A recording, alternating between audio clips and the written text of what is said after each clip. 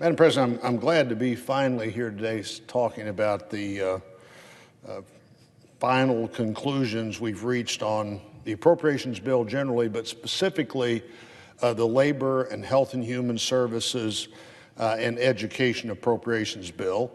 We're now a bipartisan Congress, Democrats in control on one side, Republicans on another.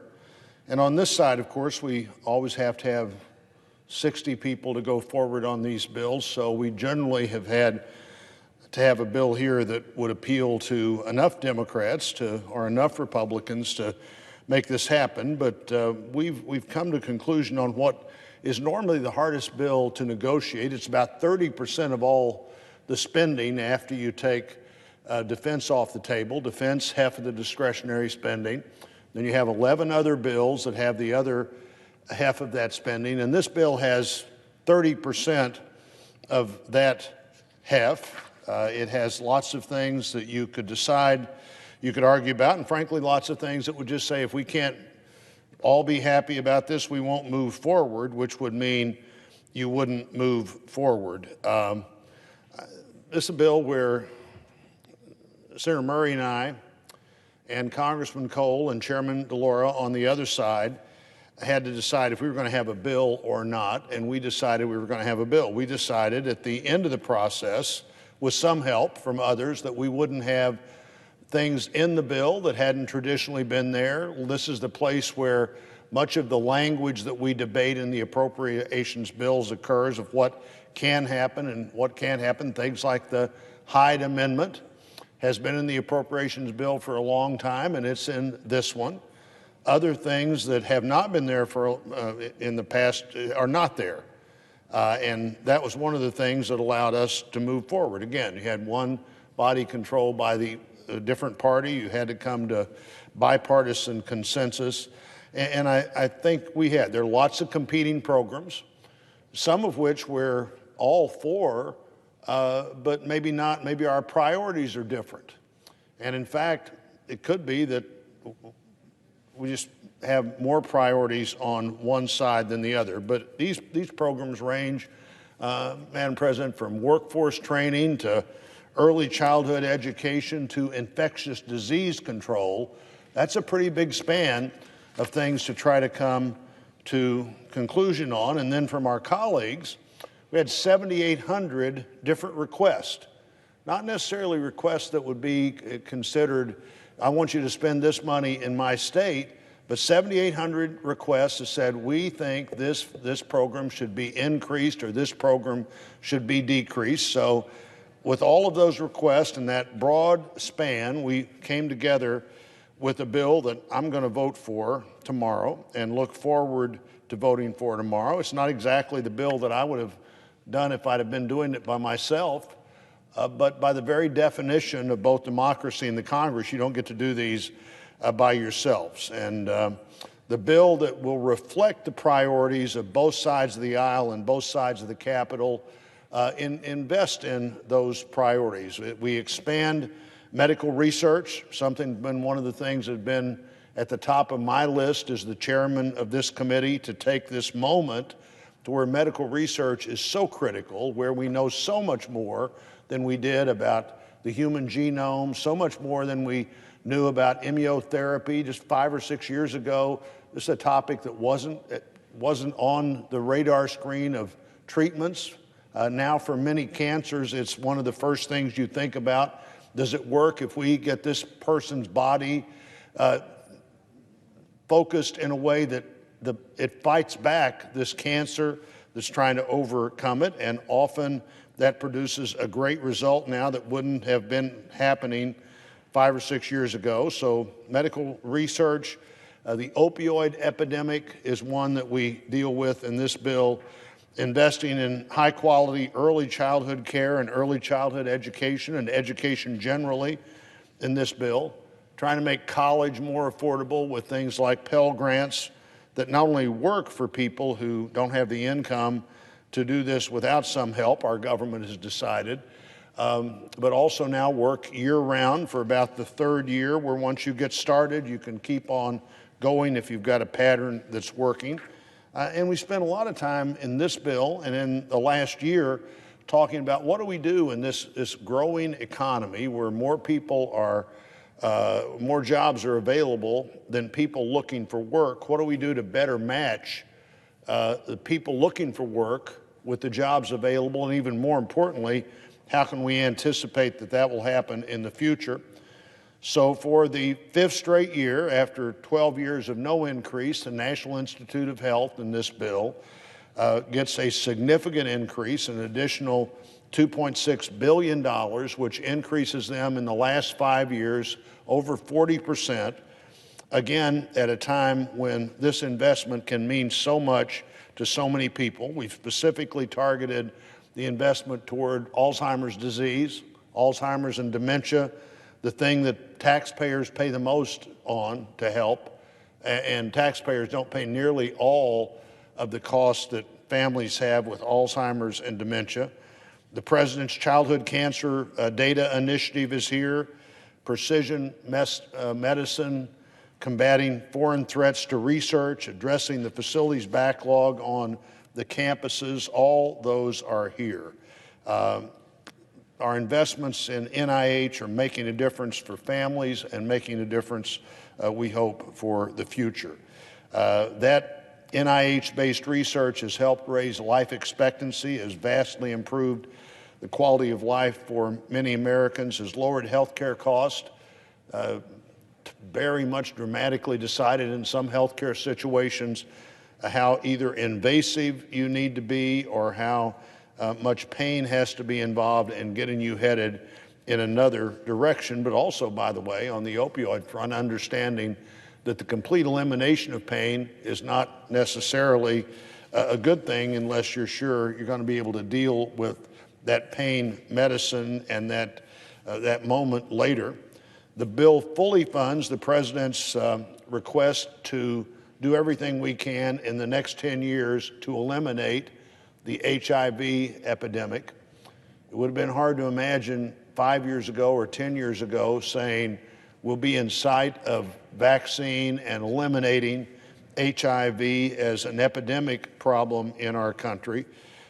We spend money on that, but we have fully funded what the President and others believe would be necessary to achieve that goal. We spend $20 billion a year right now in direct health expenditures on HIV prevention and care. Our goal in the next 10 years would be to reduce the number of new infections with HIV by at least 90% every year. Third, this bill, the FY 2020 bill, continues our commitment to the opioid epidemic, providing money to do that, providing money for prevention, for education, for research, and for treatment, as well as recovery programs. In this bill, Madam President, we put new flexibility in for the opioid epidemic to where those things that you may go to after you become addicted to opioids, like meth, can also qualify for the kind of help that people need who are trying to escape their addiction to pain medications or other things that they have become critically linked to.